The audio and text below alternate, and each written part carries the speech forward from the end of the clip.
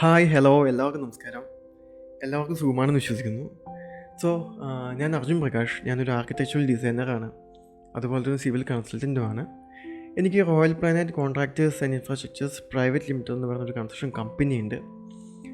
So ഇന്നിവിടെ ഒരു video presentation ചെയ്യാനുള്ള കാരണം, ഞാൻ പേഴ്സണലായിട്ടോ അല്ലെങ്കിൽ ഗ്രൂപ്പിലോ ഞാൻ അയച്ചു കൊടുക്കാറുള്ള ഈ പ്രപ്പോസൽ ഒരു PDF ആയിട്ട് അയച്ചു തന്നിട്ടുണ്ടാവും. ആ പ്രപ്പോസൽ കിട്ടുന്ന എൻ്റെ ക്ലയൻസ് എന്നോട് സ്ഥിരമായി ചോദിക്കുന്ന കുറേ ഡൗട്ട്സ് ഉണ്ട്. ആ ഡൗട്ട്സിന് ഒരു ക്ലാരിറ്റി നൽകാനായിട്ട് ഈ പ്രപ്പോസൽ ഡീറ്റെയിൽ ചെയ്ത് സംസാരിക്കുന്നതൊപ്പം തന്നെ കൺസ്ട്രക്ഷനുമായി ബന്ധപ്പെട്ട് നമ്മൾ നിർബന്ധമായും അറിഞ്ഞിരിക്കേണ്ട എല്ലാ കാര്യങ്ങളും തന്നെ ഡീറ്റെയിൽ ചെയ്ത് സംസാരിക്കാനും കൂടി വേണ്ടിയിട്ടാണ് ഇങ്ങനൊരു വീഡിയോ പ്രസൻറ്റേഷൻ ഞാൻ പ്രിപ്പയർ ചെയ്യുന്നത്. സോ ആദ്യമായി തന്നെ എല്ലാവർക്കും ഈ വീഡിയോ പ്രസൻറ്റേഷനിൽ സ്വാഗതം.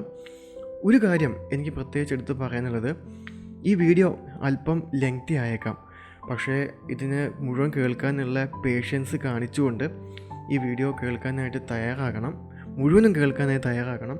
ഇതിനൊപ്പം തന്നെ ഇതിൽ പറയുന്ന കാര്യങ്ങൾ നോട്ട് ചെയ്യാനായിട്ട് ഒരു പെന്നും ഒരു ബുക്കോ അല്ലെങ്കിൽ ഒരു പേപ്പറോ എടുക്കുകയാണെങ്കിൽ കുറച്ചുകൂടി നല്ലതുമായിരിക്കും എന്നാണ് എൻ്റെ സജഷൻ. സോ ഈ ലെങ്ത്തിൻ്റെ കാര്യം എടുത്ത് പറയാൻ കാര്യം എന്താണെന്ന് പറഞ്ഞാൽ, നമുക്കറിയാം ഇന്നൊരു റിയൽ ലൈഫിൻ്റെ ഒരു കാലഘട്ടമാണ്. കാരണം ആൾക്കാർക്കൊരു 30-ലധികം പരമാവധി ഒരു 1 മിനിറ്റ് വരെയും കേൾക്കാനേ പേഷ്യൻസ് ഉണ്ടാവുള്ളൂ. സോ അങ്ങനൊരു സമയത്ത് ഇങ്ങനൊരു അറ്റംപ്റ്റ് എടുക്കാനുള്ള കാരണം, അത്രയും ഇമ്പോർട്ടൻ്റ് ആയിട്ടുള്ള കാര്യങ്ങളാണ് നമ്മൾ ഇന്നത്തെ പ്രോഗ്രാമിൽ അല്ലെങ്കിൽ ഈ വീഡിയോയിൽ നമ്മൾ ഡിസ്കസ് ചെയ്യാനായിട്ട് പോകുന്നത്. ഇതിൻ്റെ ഒരു സീരിയസ്നെസ് എന്താണെന്ന് പറഞ്ഞു കഴിഞ്ഞാൽ, ഇപ്പം ഞാൻ ഈ പ്രപ്പോസൽ അയച്ചു കൊടുത്തിട്ടുള്ള ആൾക്കാർ അങ്ങടക്കം എല്ലാവർക്കും ലൈഫിൽ ഒരു പുതിയ സ്റ്റെപ്പ് എടുക്കാൻ തയ്യാറായി നിൽക്കുന്ന ആൾക്കാരാണ്. സോ അതിൻ്റെ ഒരു ഇമ്പോർട്ടൻസ് എത്രത്തോളമാണെന്ന് ചോദിച്ചു കഴിഞ്ഞാൽ, ഈ 10-13 വർഷമായിട്ടുള്ള എൻ്റെ എക്സ്പീരിയൻസിൽ ഞാൻ കണ്ടിരിക്കുന്ന കുറച്ച് കാര്യങ്ങൾ ഡീറ്റെയിൽ ചെയ്ത് പറഞ്ഞുകൊണ്ട് തുടങ്ങാം. അതായത് ഒരു 99% ആൾക്കാർക്കും അവരുടെ ലൈഫിൽ ഒരിക്കലും മാത്രം ചെയ്യാൻ പറ്റുന്ന ഒരു കാര്യമാണ് ഒരു വീട് പണി. നിങ്ങൾക്ക് അറൗണ്ട് നോക്കിയാൽ അറിയാം, നിങ്ങളുടെ പാരൻസ് ആകാം, ഗ്രാൻഡ് പാരൻസ് ആകാം, അല്ലെങ്കിൽ റിലേറ്റീവ്സ് ആകാം, ഫ്രണ്ട്സ് ആകാം, സറൗണ്ടിങ്ങുള്ള നെയ്ബേഴ്സ് ആയിരിക്കാം. ഇതിനകത്ത് രണ്ടാമതൊരു വീട് പണിതിരിക്കുന്ന ആൾക്കാർ ഒരു 1% ഉള്ളൂ. ബാക്കി ആൾക്കാർക്ക് അത് ഒരെണ്ണം മാത്രമേ ലൈഫിൽ ചെയ്യാൻ പറ്റിയിട്ടുള്ളൂ. കാരണം എന്താണെന്ന് വെച്ചാൽ, ഇതൊരാളുടെ ലൈഫിലെ ഏറ്റവും വലിയ ഇൻവെസ്റ്റ്മെൻറ്റിലൊന്നാണ്.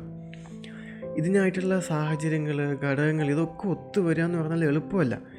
കാരണം ഫണ്ട് വേണം. ഇപ്പോൾ ലോൺ എടുക്കാനാണെങ്കിൽ അതിന് വേണ്ടി സിബിൽ സ്കോർ കാര്യങ്ങൾ, ഇൻകം, ഈ പറഞ്ഞ പോലെ സിറ്റുവേഷൻസ്, സപ്പോർട്ട്, ഒത്തിരി ഘടകങ്ങൾ ഒന്നിച്ച് വരുമ്പോഴാണ് നമുക്കൊരു വീട് ചെയ്യാനായിട്ട് കഴിയുക. അപ്പം അതുപോലൊരു ഘടകങ്ങളും ഇത്രയും ഫിനാൻസും സംഗതികളും ഒക്കെ പിന്നീടൊന്ന് ഓർഗനൈസ് ചെയ്യുക എന്ന് പറഞ്ഞാൽ it's not an easy thing. So ലൈഫിലെ ഏറ്റവും വലിയ ഇൻവെസ്റ്റ്മെൻറ്റ്, അതിനൊക്കെ അപ്പുറം ഒരു ഫാമിലിയുടെ ഏറ്റവും വലിയ സ്വപ്നങ്ങളിലൊന്നാണ് ഒരു വീടെന്ന് പറയുമ്പോൾ. അപ്പം ഇത്രയധികം ഒരാളുടെ ലൈഫുമായി ബന്ധപ്പെട്ട് ഇമ്പോർട്ടൻ്റ് ആയിട്ടുള്ള, നിങ്ങളുടെ ലൈഫിൽ ഏറ്റവും ക്രൂഷ്യലായിട്ടുള്ള ഒരു സ്റ്റെപ്പ് എടുക്കാൻ പോവാണ്. സോ അതിനകത്ത് അങ്ങനെ സ്റ്റെപ്പ് എടുക്കുമ്പോൾ സംഭവിക്കുന്ന അബദ്ധങ്ങൾക്ക് അല്ലെങ്കിൽ പ്രശ്നങ്ങൾക്ക് വലിയ വില കൊടുക്കേണ്ടി വരും. നമുക്ക് ഫ്രസ്ട്രേഷൻസ് കൂടും, നഷ്ടങ്ങൾ കൂടും, നമ്മൾക്ക് ആക്ച്വലി ഡിസപ്പോയിൻമെൻറ്റ്സ് കൂടും. അത്തരത്തിൽ ഒരുപാട് പ്രശ്നങ്ങൾ വന്ന് പെടാനുള്ള സാധ്യത ഉള്ളതുകൊണ്ടാണ് ഇതുമായി ബന്ധപ്പെട്ട് പ്രൊപ്പോസ് ഡീറ്റെയിലിങ്ങിനപ്പുറം ഈ കൺസ്ട്രക്ഷനുമായി ബന്ധപ്പെട്ട എല്ലാ കാര്യങ്ങളും ഡീറ്റെയിൽ ആയിട്ട് പറയാനായിട്ട് ഞാൻ ഉദ്ദേശിക്കുന്നത്. അതിൽ പ്രത്യേകിച്ച് നമ്മൾ ഡിസൈനിങ്ങിലേക്ക് എങ്ങനെ വരണം, അല്ലെങ്കിൽ നമ്മൾ എന്താണ് ഡിസൈൻ ചെയ്യുന്നത്, അല്ലെങ്കിൽ എന്തൊക്കെ ടൈപ്പ് കോൺട്രാക്ടേഴ്സാണുള്ളത്, ഇതിൽ നിങ്ങൾ ആ ടൈപ്പ് കോൺട്രാക്ടേഴ്സിനകത്ത് നിങ്ങൾ എക്സ്പെക്റ്റ് ചെയ്യുന്ന കോൺട്രാക്ടറാണോ ഞാൻ എന്നുള്ള എല്ലാ കാര്യങ്ങളും എന്ന് പറഞ്ഞാൽ വളരെ ട്രാൻസ്പെറൻ്റായിട്ട് എനിക്ക് അറിയാവുന്ന ഇത്രയും കാലം കൊണ്ട് ഈ 100-200-ലധികം വീടുകൾ ചെയ്തുള്ള എൻ്റെ എക്സ്പീരിയൻസിൽ നിന്നും ഉള്ള ഏകദേശം കാര്യങ്ങളൊക്കെ തന്നെ നമ്മളിവിടെ യാതൊരു മറയുമില്ല നമ്മൾ ചർച്ച ചെയ്ത് പോവുകയാണ്. സോ ഒന്നുകൂടെ ഓർമ്മിപ്പിക്കുന്നു, വീഡിയോ കുറച്ച് ലെങ്തി ആയേക്കാം, പക്ഷേ it's not a real life, it's about real life. അതുകൊണ്ട് സീരിയസ് ആയിട്ട് സമയമെടുത്ത് ഈ വീഡിയോ കേൾക്കണം. ഇനി ആദ്യമായി തന്നെ നമ്മൾക്ക് നേരെ നമ്മുടെ ഈ പ്രപ്പോസലിലേക്ക് പോകാം. പ്രപ്പോസൽ ഓപ്പൺ ചെയ്യുന്ന സമയത്ത് തന്നെ നമുക്ക് കാണുന്നത് ഫസ്റ്റ് ഷീറ്റാണ് ഈ കാണുന്നത്, പേജാണ് ഈ കാണുന്നത്. ഇതിൽ കമ്പനീൻ്റെ പേരുണ്ട്, അതിന് തൊട്ട് താഴെ ഈ പ്രപ്പോസലിനെ കുറിച്ച് കൊടുത്തിട്ടുണ്ട്. Proposal for the architectural designing and project management consulting service എന്ന് കൊടുത്തിട്ടുണ്ട്. 2 ഭാഗമാണ് നമ്മൾ ചെയ്യുന്നത്. ഒന്ന് ആർക്കിടെക്ചറൽ ഡിസൈനിങ്ങും പിന്നെ പ്രൊജക്റ്റ് മാനേജ്മെൻറ്റ് കൺസൾട്ടിങ് സർവീസും. ഇതിൽ ഈ ആർക്കിടെക്ചറൽ ഡിസൈനിങ് എന്ന് പറഞ്ഞൊരു പ്രൊഫഷണൽ ആർക്കിടെക്ചറൽ ഡിസൈനിങ് എന്ന രീതിയിൽ നമ്മൾ എന്താണ് ചെയ്യുന്നതെന്ന് പറഞ്ഞുകൊണ്ട് തന്നെ നമുക്ക് ഈ വീഡിയോ ആരംഭിക്കാം. ഇതിൽ നമുക്കൊരു വീട്, നമുക്ക് ഒരു ബിൽഡിംഗ് വേണമെങ്കിൽ നമുക്കൊരു പ്ലാൻ വേണം, ഒരു ഡിസൈൻ വേണം. ഈ ഡിസൈൻ ചെയ്യാനായിട്ട് നമ്മുടെ നാട്ടിൽ പല ടൈപ്പ് ആൾക്കാരുണ്ട് എന്ന് പറഞ്ഞാൽ നമുക്കിപ്പം ഈ കോവേ ഡിസൈനേഴ്സ്, തിരുപ്പൂർ ഡിസൈനേഴ്സ് എന്നൊക്കെ പറഞ്ഞ് തമിഴ്നാട് ബേസ്ഡ് ആയിട്ടുള്ള ഡിസൈനേഴ്സ് ഉണ്ട്. നമ്മളൊരു 500 രൂപ അയച്ചു കൊടുത്ത് നമ്മുടെ പ്ലോട്ടിൻ്റെ സ്കെച്ചും അയച്ചു കൊടുത്താൽ അവർ പ്ലാൻ നമുക്ക് അയച്ചു തരുന്ന മുതൽ ഒരു സ്ക്വയർ ഫീറ്റിന് 2500 രൂപ വരെ വാങ്ങുന്ന ആർക്കിടെക്ട്സ് നമ്മുടെ നാട്ടിലുണ്ട്. അപ്പം പ്രീമിയം ആർക്കിടെക്ട്സ് അല്ലെങ്കിൽ സെലിബ്രിറ്റി ആർക്കിടെക്ട്സ് ഒക്കെ നമ്മുടെ നാട്ടിലുണ്ട്. അപ്പോൾ എന്താണ് ഇവർ തമ്മിലുള്ള വ്യത്യാസം, എന്താണ് ഇതിനിടയ്ക്ക് നമുക്കുള്ള സ്പേസ് തുടങ്ങിയുള്ള കാര്യങ്ങളാണ് നമ്മൾ ആദ്യം പറയാൻ പോകുന്നത്. ഇതിൽ ഈ ഒരു കോവേ ഡിസൈനർ എന്ന് പറഞ്ഞ ഗ്രൂപ്പിന് നമ്മൾ അവരെ അപ്രോച്ച് ചെയ്ത് കഴിഞ്ഞാൽ അവർക്ക് നമ്മൾ പ്ലോട്ടിൻ്റെ ഒരു സ്കെച്ച് മാത്രം അയച്ചു കൊടുക്കുക. നമുക്ക് എത്ര സ്ക്വയർ ഫീറ്റ് വീട് വേണം, എത്ര ബെഡ്റൂം വേണം എന്നൊക്കെ അയച്ചു കൊടുത്താൽ അവർ നമുക്ക് ഏകദേശം 1 മണിക്കൂർ 1.5 മണിക്കൂർ കൊണ്ട് നമുക്ക് എന്ത് അയച്ചു തരും, നമുക്കൊരു പ്ലാൻ അയച്ചു തരും. ഒരു 2 മണിക്കൂർ വെയിറ്റ് ചെയ്താൽ നമുക്കൊരു എലിവേഷനും അയച്ചു തരും. നമുക്ക് താമസിക്കാനുള്ളൊരു സ്പേസിനാണെങ്കിൽ അത് ഓക്കെയാണ്. പക്ഷേ എന്നെ സംബന്ധിച്ച് ഇപ്പോൾ അല്ലെങ്കിൽ ഒരു പ്രൊഫഷണൽ ആർക്കിടെക്ചറൽ ഡിസൈനറെ സംബന്ധിച്ച് അല്ലെങ്കിൽ ഒരു ആർക്കിടെക്റ്റിനെ സംബന്ധിച്ച് നമ്മൾ ചെയ്യുമ്പോൾ നമുക്ക് ഒരു പ്ലാൻ നമുക്ക് ഡീറ്റെയിൽ ചെയ്ത് ഡിസൈൻ ചെയ്ത് എത്താനായിട്ട് ഏറ്റവും ചുരുങ്ങിയത് ഒരു 1 വീക്ക് മുതൽ നമുക്കൊരു മാസം, 2 മാസം, 3 മാസം വരെയും സമയം എടുക്കാറുണ്ട്. അപ്പം എന്തിനു വേണ്ടിയിട്ടാണ് അവർ ഇത്രയും കുറഞ്ഞ സമയം എടുക്കുമ്പം എന്തിനാണ് നമ്മൾ ഇത്രയും സമയം എടുക്കുന്നത് എന്ന് ചോദിച്ചു കഴിഞ്ഞാൽ, ഇപ്പോൾ ഒരു എക്സാമ്പിൾ പറയുകയാണെങ്കിൽ, ഇപ്പോൾ യൂഷ്വലി ഞാൻ എൻ്റെ സൈറ്റുകളിലേക്കുള്ള യാത്രകൾ പോകുമ്പം പലപ്പോഴും ലോങ് സൈറ്റിലേക്ക് പോകുമ്പം സൈറ്റ് വിസിറ്റും കാര്യങ്ങളും അവിടെയുള്ള കൺസൾട്ടിങ്ങും ഡീറ്റെയിലും എല്ലാം കൂടെ കഴിയുമ്പോൾ ഒരുപാട് വൈകും. അപ്പോൾ തിരിച്ചു വരാനുള്ള എനർജി ഇല്ലെങ്കിൽ ഞാൻ ആക്ച്വലി അവിടെ സ്റ്റേ ചെയ്യും. അങ്ങനെ ഞാൻ സ്റ്റേ ചെയ്യുമ്പോൾ ഞാൻ എടുക്കാറുള്ളത് താമസിക്കാൻ സൗകര്യം മാത്രമുള്ളൊരു റൂമായിരിക്കും. ദ ചീപ്പസ്റ്റ് വൺ എന്ന് വെച്ചാൽ വളരെ ചീപ്പ് ലോഡ്ജല്ല, എന്നാലും ഒരു cheapest one for my standard ഒരു റൂം ഞാൻ എടുക്കും. അതിലെൻ്റെ പർപ്പസ് എന്ന് പറഞ്ഞാൽ I want refresh, I want change my dress. എനിക്ക് ഉറങ്ങണം, രാവിലെ എണീക്കണം, നെക്സ്റ്റ് ഡെസ്റ്റിനേഷനിലേക്ക് മൂവ് ചെയ്യണം. അപ്പം ഉറങ്ങുക എന്നുള്ള അല്ലെങ്കിൽ റെസ്റ്റ് എടുക്കുക എന്നുള്ള ഒറ്റ പർപ്പസിന് വേണ്ടി ഞാൻ എടുക്കുന്ന റൂമായിരിക്കും. പക്ഷേ ഞാൻ എൻ്റെ ഫാമിലിയായിട്ട് യാത്രകൾ ചെയ്യുന്ന സമയത്ത് ഞാൻ എടുക്കുന്ന റൂമുകൾ എന്ന് പറഞ്ഞാൽ ഇതിന് വേണ്ടിയുള്ള റൂമുകളല്ല. ഒരു kind of good location, good ambience, സംഭവം ഇറ്റ് മോർ സെക്യൂർ, കുറച്ച് മൊമെൻറ്റ്സ് നൽകുന്ന, എൻ്റെ ഫാമിലിക്കും എൻ്റെ കുട്ടികൾക്കും നല്ല എക്സ്പീരിയൻസ് നൽകുന്ന അത്തരം സ്പേസസ് ആയിരിക്കും ഞാൻ എടുക്കുക. അപ്പം ഈ 2 സ്പേസിൻ്റെയും ഒരു അടിസ്ഥാന ഉദ്ദേശം താമസിക്കുക എന്നുള്ളതാണെങ്കിൽ പോലും രണ്ടാമതെടുക്കുന്ന ആ സ്പേസിനൊരു ഇമ്പോർട്ടൻസും കൂടിയുണ്ട്. നല്ല മൊമെൻറ്റ്സും നല്ല എക്സ്പീരിയൻസും നല്ല സെക്യൂരിറ്റിയും കുറച്ചുകൂടെ നമ്മുടെ ലൈഫിൻ്റെ എന്താ പറയുക രീതികളെ അല്ലെങ്കിൽ കൾച്ചറിന് അപ്ഗ്രേഡും കൂടെ ചെയ്യുന്ന സ്പേസസ് ആയിരിക്കും ഞാൻ രണ്ടാമതെടുക്കുക. ഇവിടെയാണ് നമ്മുടെ ഡിഫറൻസും വരുന്നത്. കോവേ ഡിസൈൻസ് നിങ്ങൾക്ക് തരുന്നൊരു പ്ലാന് താമസിക്കാനുള്ള ഇത് മാത്രമായിരിക്കും. അവിടെ ബെഡ്റൂം ഉണ്ടാവും, ലിവിംഗ് റൂം ഉണ്ടാവും, ഡൈനിങ് റൂം ഉണ്ടാവും, സ്ലീബും റൂഫും സ്ലാബും എല്ലാ സംഭവം ഉണ്ടാവും, വാൾസും ഫ്ലോറും ഒക്കെ ഉണ്ടായിരിക്കും. പക്ഷെ താമസിക്കാനുള്ള ഒരു ഇടമായിരിക്കും. പക്ഷെ നമ്മൾ ഈ ഇത്ര സമയം കൊണ്ട് എടുക്കുന്ന സമയത്ത് എന്നെ സംബന്ധിച്ച് ഒരുപാട് പ്രൊസീജിയേഴ്സ് ഉണ്ട്. എന്ന് പറഞ്ഞാൽ ആദ്യം സ്കെച്ച് അയച്ചു തന്നാൽ മാത്രം പോലെ എനിക്ക് പ്ലോട്ട് കാണണം. പ്ലോട്ടിൽ ഒരുപാട് videos, shorts, sky shots, drone shots അടക്കം ഒരുപാട് ഷോട്ടുകൾ. അതിനപ്പുറം ഫാമിലിയായിട്ട് വളരെ ഡീറ്റെയിൽ ആയിട്ടുള്ള ഡിസ്കഷൻ. ഈ ഡിസ്കഷന് ശേഷം നമ്മൾ ഈ പറഞ്ഞ ട്രയൽസ് ഉണ്ടാക്കും, ഇതുമായി ബന്ധപ്പെട്ട പല റെഫറൻസുകൾ ചെക്ക് ചെയ്യും, അവരുടെ ആക്ച്വലി പാഷൻസ്, ഹോബീസ് തുടങ്ങിയിട്ടുള്ള ഒരുപാട് കാര്യങ്ങൾ പഠിക്കും. അങ്ങനെയാണ് നമ്മൾ സമയം എടുത്തിട്ട് ഒരു വീട് ഡിസൈൻ ചെയ്യുന്നത്. ആ വീട് ബേസിക്കലി താമസിക്കാനുള്ള വീടല്ല, ജീവിക്കാനുള്ള വീടാണ്. നമ്മൾ താമസിക്കുകയും ജീവിക്കുകയും തമ്മിൽ ഒരുപാട് വ്യത്യാസമുണ്ട്. അതായത് മരണം വരെ ജീവിക്കുക എന്നൊരു ചൊല്ലുണ്ട്. അതായത് മരിക്കുന്ന വരെ എങ്ങനെയെങ്കിലും ജീവിക്കണം. പക്ഷേ ജീവിക്കാനായിട്ട് ജീവിക്കുന്ന ഒത്തിരി വ്യത്യാസമുണ്ട്. അത് വളരെ കളർഫുള്ളായിരിക്കും. മറ്റൊരു ജീവിതം തള്ളി നീക്കി കൊണ്ടുപോയി എങ്ങനെയെങ്കിലും മരിക്കാൻ പേടിയാണ്, അതുവരെ നമ്മൾക്ക് ജീവിക്കണം. സോ ആ വ്യത്യാസമാണ് ഇവിടെയും നമ്മൾ ചെയ്യുമ്പോൾ ഡിസൈനകത്ത് ഉണ്ടാവുക. അപ്പോൾ ഞാൻ ചെയ്യുന്ന ഡിസൈൻസ് ചിലപ്പം മറ്റൊരാളെ കാണിച്ചാൽ, ഒരാൾക്ക് ചെയ്ത ഡിസൈൻ മറ്റൊരാളെ കാണിച്ചാൽ ചിലപ്പോൾ മറ്റൊരാൾക്ക് ഇഷ്ടപ്പെടണമെന്നില്ല. പക്ഷേ ആർക്ക് വേണ്ടിയാണ് ഡിസൈൻ ചെയ്യുന്നത് അവരെ സംബന്ധിച്ച് അവരുടെ എക്സ്പെക്റ്റേഷൻ്റെ ഒരു 10 ഇരട്ടി അധികത്തിലായിരിക്കും നമ്മൾ ആ വീട് ഡിസൈൻ ചെയ്തെടുത്തിട്ടുണ്ടാവുക. സോ ഇതാണ് നിങ്ങളൊരു പ്രൊഫഷണൽ ആർക്കിടെക്ചറൽ ഡിസൈനർ അല്ലെങ്കിൽ ഒരു ആർക്കിടെക്റ്റിനെ കാണുന്ന സമയത്ത് നിങ്ങൾക്ക് ലഭിക്കുന്നത്. സോ ഈ സർവീസാണ് നമ്മുടെ ബേസിക് സർവീസ്. രണ്ടാമത് നമുക്ക് വേണ്ടത് ഈ പ്രോജക്റ്റ് മാനേജ്മെൻറ്റ് കൺസൾട്ടിങ് സർവീസ് എന്നുള്ളതാണ്. എന്ന് പറഞ്ഞാൽ ഇപ്പം നമുക്കൊരു പ്ലാൻ കിട്ടി, ഒരു ഡിസൈൻ കിട്ടി.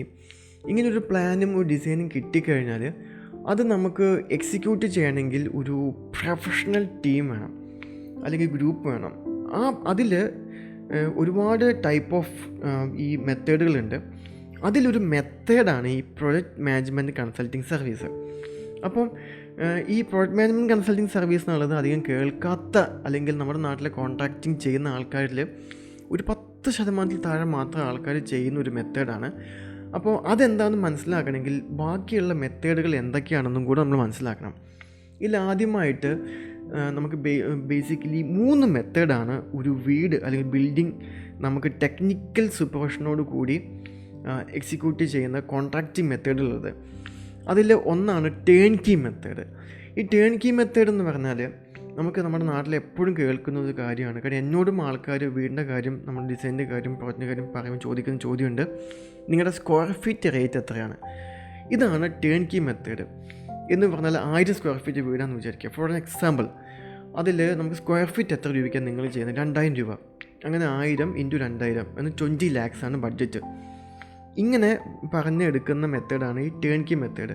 ഈ ടേൺ കീ മെത്തേഡിനകത്ത് അവർ 2000 രൂപയ്ക്ക് ചെയ്യുമ്പം അവർക്കൊരു കൈൻഡ് ഓഫ് ലിസ്റ്റ് ഉണ്ടാവും. എന്ന് പറഞ്ഞാൽ ഞങ്ങൾ സിമൻറ്റ് ഇതായിരിക്കും ഉപയോഗിക്കുക, ടൈൽസ് ഇത്ര റേറ്റിൻ്റെ ആയിരിക്കും ഉപയോഗിക്കുക, ഇന്ന ക്വാളിറ്റി ആയിരിക്കും ഉപയോഗിക്കുക, സാനിറ്ററീസ് ഇന്ന റേറ്റ് ആയിരിക്കും, ഇന്ന ക്വാളിറ്റി ആയിരിക്കും എന്നൊക്കെ പറഞ്ഞിട്ട് എല്ലാത്തിനും അവർക്കൊരു കൈൻഡ് ഓഫ് ലിസ്റ്റ് ഉണ്ടാവും.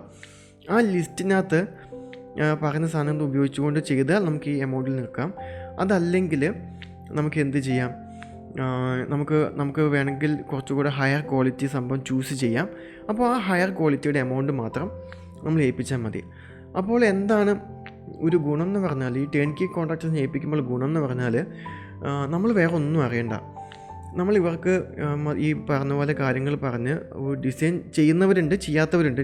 ഡിസൈൻ ചെയ്യിപ്പിച്ചിട്ട് അവരെ ഏൽപ്പിക്കാം, അല്ലെങ്കിൽ അവർ തന്നെ ഡിസൈൻ ചെയ്യുന്ന ഈ ടേൺ കീ കോൺട്രാക്ടേഴ്സ് ഉണ്ട്. എൻ്റെ ഒരു സജഷൻ, പരമാവധി അവരെ അത് ചെയ്യാൻ ഏൽപ്പിക്കാതിരിക്കുന്നതായിരിക്കും നന്നാവുക. കാരണം അവർ അത് ചെയ്യാനുള്ളവരല്ല. അതായത് ആക്ച്വലി ടെക്നിക്കലായിട്ട് ഒരു ഡിസൈൻ എക്സിക്യൂട്ട് ചെയ്യാൻ വേണ്ടി ഉള്ള ഒരു പ്രൊഫഷണൽസാണ്. അത് ഏൽപ്പിക്കുകയായിരിക്കും നന്നാവുക.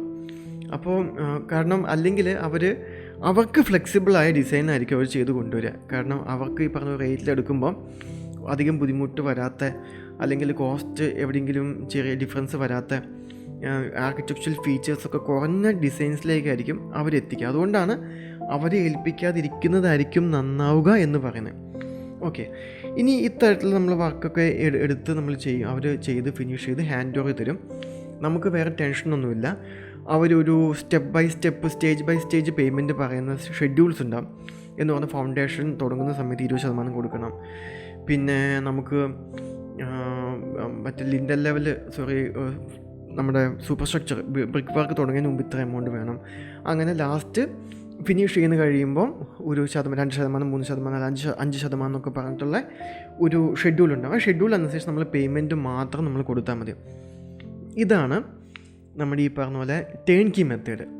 ഇനി വേറൊരു മെത്തേഡ് ഉണ്ട്, അതാണ് നമ്മുടെ സബ് കോൺട്രാക്റ്റിംഗ് മെത്തേഡ്.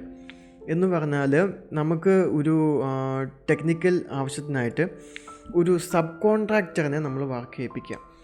അതായത് ഒരു സബ് കോൺട്രാക്ടർ ആയിരിക്കില്ല, പല സബ് കോൺട്രാക്ടേഴ്സ് ഉണ്ടാവും. ഇപ്പോൾ കരിങ്കല്ല് പണി ചെയ്യുന്ന ഒരു സബ് കോൺട്രാക്ടർ ഉണ്ടാവും, ഭിത്തി കിട്ടുന്ന സബ് കോൺട്രാക്ടർ ഉണ്ടാവും, നമുക്ക് ഈ കട്ടളയും അല്ലെങ്കിൽ നമുക്ക് ലിൻഡലിലൊക്കെ വർക്ക് ചെയ്യുന്ന സബ് കോൺട്രാക്ടേഴ്സ് ഉണ്ടാവും, പുറ്റി വർക്ക് ചെയ്യുന്ന സബ് കോൺട്രാക്ടേഴ്സ്, അങ്ങനെ പല സബ് കോൺട്രാക്ടേഴ്സിനെ ഏൽപ്പിച്ചുകൊണ്ട് വർക്ക് ചെയ്യാം. അതൊരു നല്ല മെത്തേഡാണ്. പക്ഷേ അതൊരിക്കലും ഒരു ആർക്കിടെക്ചറൽ ഡിസൈനർ അല്ലെങ്കിൽ പ്രൊഫഷണൽ ഡിസൈനർ ചെയ്ത വീട് ഒരിക്കലും അവരെ ഏൽപ്പിക്കരുത്. നമ്മുടെ സാധാരണ ലോൺ വീടുകളുണ്ടല്ലോ, നമുക്ക് ആവാസ് യോജന മുഖാന്തരം കിട്ടുന്ന വീടുകൾ, അല്ലെങ്കിൽ ഒരു ആർക്കിടെക്ചറൽ ഫീച്ചറും ഇല്ലാത്ത നമ്മുടെ LP സ്കൂൾ കെട്ടിടം പോലത്തെ കെട്ടിടങ്ങളൊക്കെ ചെയ്യുകയാണെങ്കിൽ അങ്ങനത്തെ വീടുകളൊക്കെ നമുക്ക് കണ്ടിട്ടില്ല. ജസ്റ്റ് ഒറ്റ റൂഫ്, 4 ബെഡ്റൂം, 2 ബെഡ്റൂം ഒക്കെ ആയിട്ട് ഇങ്ങനെ പരന്നിങ്ങനെ കിടക്കുന്ന ഒരു ആർക്കിടെക്ചറൽ ഫീച്ചറും ഇല്ലാത്ത വീടുകളാണെങ്കിൽ അത് അവരെ ഏൽപ്പിക്കുന്നതായിരിക്കും നമുക്ക് നന്നാവുക. കാരണം ഈ ടേൺ കീ കോൺട്രാക്ടേഴ്സും ഈ വർക്കുകൾ മിക്കവാറും തന്നെ ഈ സബ് കോൺട്രാക്ടേഴ്സിനെയാണ് ഏൽപ്പിക്കുന്നത്. അപ്പം ഒരു ടേൺ കീ കോൺട്രാക്റ്റ് എടുക്കുന്ന ലാഭം അവിടെ ഒഴിവാക്കാൻ പറ്റും. പക്ഷേ നോട്ട് ദ പോയിൻറ്റ്, ഒരിക്കലും നല്ലൊരു ഡിസൈനർ ചെയ്ത വീട് അവരെ ഏൽപ്പിക്കരുത്. കാരണം അവർ വർക്ക് ചെയ്യാൻ എക്സ്പീരിയൻസ് ഉള്ള ആൾക്കാരാണ്. പക്ഷേ അവരൊരിക്കലും ഒരു ടെക്നിക്കൽ നോളജ് ഉള്ളവരല്ല. എന്ന് പറഞ്ഞാൽ ഇപ്പോൾ നമ്മൾ ടെക്നിക്കൽ എക്സ്പെർട്ടൈസ് ഉള്ള ഒരാൾ അവരോട് പറയുകയാണ്, ഇങ്ങനെ ഒരു തൂണ്, ഒരു കോളം വാർക്കണം, ഇത്ര കമ്പി ഇടണം, ഇത്ര കമ്പി ഇടുമ്പോൾ ഇത്ര എങ്ങ് കൊടുക്കണം, ഇത്ര സൈസ് MM കമ്പിയായിരിക്കും അതിൽ വേണ്ടത്, 16 mm 12 mm കമ്പിയായിരിക്കും വേണ്ടത് തുടങ്ങിയിട്ട് നമ്മൾ കൊടുക്കുന്ന ഇൻസ്ട്രക്ഷൻസ് അതുപോലെ ഫോളോ ചെയ്യാൻ അറിയുന്നവരാണ്. പക്ഷേ ഇത്രയും ലോഡ് നിൽക്കാനായിട്ട് ഇത്രയും കമ്പി വേണം എന്നുള്ളതിനെക്കുറിച്ച് അവർക്ക് ഒരു ധാരണ ഉണ്ടാവില്ല. സോ അങ്ങനെ ഒരു വീട് നമ്മൾ ചെയ്യാനൊരു അറ്റംപ്റ്റ് എടുത്താൽ എന്ത് സംഭവിക്കുന്നുള്ളതും കൂടെ ഞാൻ ഒന്ന് കാണിച്ചു തരാം. ഇത് ആക്ച്വലി നമ്മൾ ഇവിടെ അങ്കമാലിക്കടുത്ത് എൻ്റെ ഒരു ക്ലയൻറ്റിന് വേണ്ടി ഡിസൈൻ ചെയ്ത് കൊടുത്തിട്ടുള്ളൊരു വീടാണ്. ഇതൊരു ട്രോപ്പിക്കൽ ആർക്കിടെക്ചറിനകത്ത് ഒരു കണ്ടംപററി കുറച്ചും കൂടെ സോളിഡായിട്ട് നമ്മൾ ചെയ്തിരിക്കുന്ന ഡിസൈനായിരുന്നു. എനിക്ക് ഇഷ്ടപ്പെട്ട ഡിസൈൻസിലെ ഡിസൈനാണ്. കാരണം ഒരു യൂണിക്കാണ്. കാരണം ഈ ടൈപ്പ് നമുക്ക് ആ പരിസരത്ത് എവിടെയും മഷിയിട്ട് നോക്കിയാൽ കാണാത്ത കുറച്ച് സ്ലോപ്സും കാര്യങ്ങളൊക്കെ ആയിട്ട് ഡിഫറെൻ്റായിട്ട് വളരെ ബഡ്ജറ്റ് ഫ്രണ്ട്ലി ആയിട്ട് നമ്മൾ ഡിസൈൻ ചെയ്ത് കൊടുത്തുള്ള വീടാണിത്. അങ്ങനെ ഇത് അവർ നമ്മുടെ കയ്യിൽ ഡിസൈനും വാങ്ങിയ ശേഷം അവർക്കറിയാവുന്ന വളരെ ക്ലോസ് ആയിട്ടുള്ള ഈ ഒരു ലോക്കൽ കോൺട്രാക്ടർ ഉണ്ട്. അപ്പം പുള്ളി മുഖാന്തരം ചെയ്യാം എന്ന് പറഞ്ഞ് പുള്ളിക്ക് ഈ വർക്ക് കൊടുത്തിട്ടുണ്ടായിരുന്നു. സോ ഞാൻ പിന്നെ അതിനകത്ത് അധികം ഇൻ്റർഫെയർ ചെയ്തിട്ടുണ്ടായിരുന്നില്ല. കാരണം പറഞ്ഞ് മനസ്സിലാക്കുന്നതിന് ഒരുപാട് പരിമിതിയുണ്ട്. കാരണം ഇതിൻ്റെ ദൂഷ്യവശങ്ങളും കാര്യങ്ങളും പ്രശ്നങ്ങളും അഡ്വഞ്ചേഴ്സും ഡിസഡ്വാൻറ്റേജസും. കാരണം ഞാനൊരു കാര്യം ഒരിക്കലും വെറുതെ പറയില്ല, അതിൻ്റെ എല്ലാ രീതിയിലും എക്സ്പ്ലനേഷൻ കൊടുത്തുകൊണ്ട് പഴുതടച്ച് മാത്രമേ ഞാൻ സംസാരിക്കുകയുള്ളൂ. അത് കൊടുത്തിട്ടും മനസ്സിലാവാത്ത ക്ലയൻ്റായിരുന്നു. അങ്ങനെ കുറേ നാൾക്ക് ശേഷം, ഒരു 1.5 വർഷം ശേഷം ഞാൻ ഈ പ്രൊജക്റ്റ് കാണാനായിട്ട് പോയ സമയത്ത് ആക്ച്വലി ഞാൻ ശരിക്കും ഞെട്ടിപ്പോയി. കാരണം ഈ കാണുന്ന ഞാൻ ഡിസൈൻ ചെയ്ത് കൊടുത്ത ഈ വീട് ഫൈനലി ഞാൻ കണ്ടപ്പോൾ ഇതായിരുന്നു അതിൻ്റെ അവസ്ഥ. കാരണം ഒരു ഫിനിഷിങ്ങും ഇല്ല, നമ്മൾ കൊടുത്തിരിക്കുന്ന ആർക്കിടെക്ചർ വീട് മറ്റ് പോയിൻറ്റ്സ് ഒന്നുമില്ല, ഡീറ്റെയിലിംഗ് ഇല്ല, ഒരു കാര്യമില്ലാതെ ഒരു സാധാരണ ആ നാട്ടിലെ ഏറ്റവും സാധാരണ വീടിനേക്കാളും സാധാരണ വീടാക്കിയിട്ട് അത് അവസാനിപ്പിച്ചു. കാരണം ഈ പറഞ്ഞ ക്ലയൻറ്റ് പുറത്തായിരുന്നു. ക്ലയൻറ്റ് അടുത്ത് ഈ സബ് കോൺട്രാക്ടർ പറയും, അത് വേണ്ട ചേട്ടാ, നമുക്ക് കുറച്ച് നല്ല സാധനം വേറെ ചെയ്യാം, അതിലപ്പുറത്ത് നമുക്ക് ചെരിപ്പൊന്നും കൊടുക്കണ്ട, നമുക്കത് പൊക്കി ചെയ്യാം, മറച്ച് ചെയ്യാം, തിരിച്ച് ചെയ്യാം എന്നൊക്കെ പറഞ്ഞിട്ട് ലാസ്റ്റ് മറച്ചും തിരിച്ചും ചെരിച്ചൊക്കെ ഇത്രയും. ഇതിൽ എൻ്റെ വേദന എന്ന് പറഞ്ഞാൽ ഒരു ഡിസൈൻ ഞാൻ എത്തിക്കുമ്പോൾ ഉറക്കമില്ലാത്ത ഒത്തിരി രാത്രികളുടെ ഒരു റിസൾട്ടാണിത്. അതിനകത്ത് നമുക്ക് യൂണിക്ക് ആവണം, അല്ലെങ്കിൽ ഫീച്ചേഴ്സ് കൊടുക്കണം എന്നൊക്കെ നമ്മൾ ചിന്തിക്കുമ്പോൾ അതങ്ങനെ അല്ലാതൊരു പ്രൊഡക്റ്റ് വരുമ്പോൾ ഉള്ളിൽ ഒരു വിങ്ങലും ഒരു വേദനയൊക്കെ ഉണ്ടാവും. അപ്പം നമുക്ക് എന്താ പറയുക, മുട്ടയിട്ട കോഴിക്ക് അതിൻ്റെ വേദന അറിയൂ എന്ന് പറഞ്ഞ പോലെയാണ് അതിൻ്റെ അവസ്ഥ. സോ അവർ പറയുന്നു അവർ ഈ വീട്ടിൽ ഹാപ്പിയാണ് എന്ന് പറയുന്നുണ്ട്. പക്ഷേ ഇത് നമ്മൾ പറഞ്ഞ പോലെ എന്താ പറയുക, അവരുടെ അടുത്തൊരു ഡിസിഷനെ അവർ ന്യായീകരിക്കുകയാണ് ചെയ്തത്. ഇതിൻ്റെ പുറത്തെ അവസ്ഥയെക്കാളും ശോകമായിരുന്നു ഇതിൻ്റെ അകത്ത അവസ്ഥ. അതിദാരുണമായിരുന്നു അതിൻ്റെ അകത്ത അവസ്ഥ. ശോകം എന്ന് പറഞ്ഞാലും പോരാ. ഓക്കെ, അപ്പം നമുക്ക് ബാക്ക് ടു നമ്മുടെ ഇതിനകത്തേക്ക് പോരാം. അപ്പം ഇതിനകത്ത് ഇതാണ് സബ് കോൺട്രാക്ടർ നമ്മൾ ഏൽപ്പിക്കുമ്പം ഇതൊരു സാധാരണ ലോൺ വീടുകളോ അല്ലെങ്കിലൊക്കെ ആണെങ്കിൽ, അതായത് ഞാൻ ലോൺ വീടിനെ കൊച്ചാക്കുകയല്ല, ഡീറ്റെയിലിംഗ് ഇല്ലയെന്ന് മാത്രമേ ഞാൻ ഉദ്ദേശിക്കുന്നുള്ളൂ കേട്ടോ.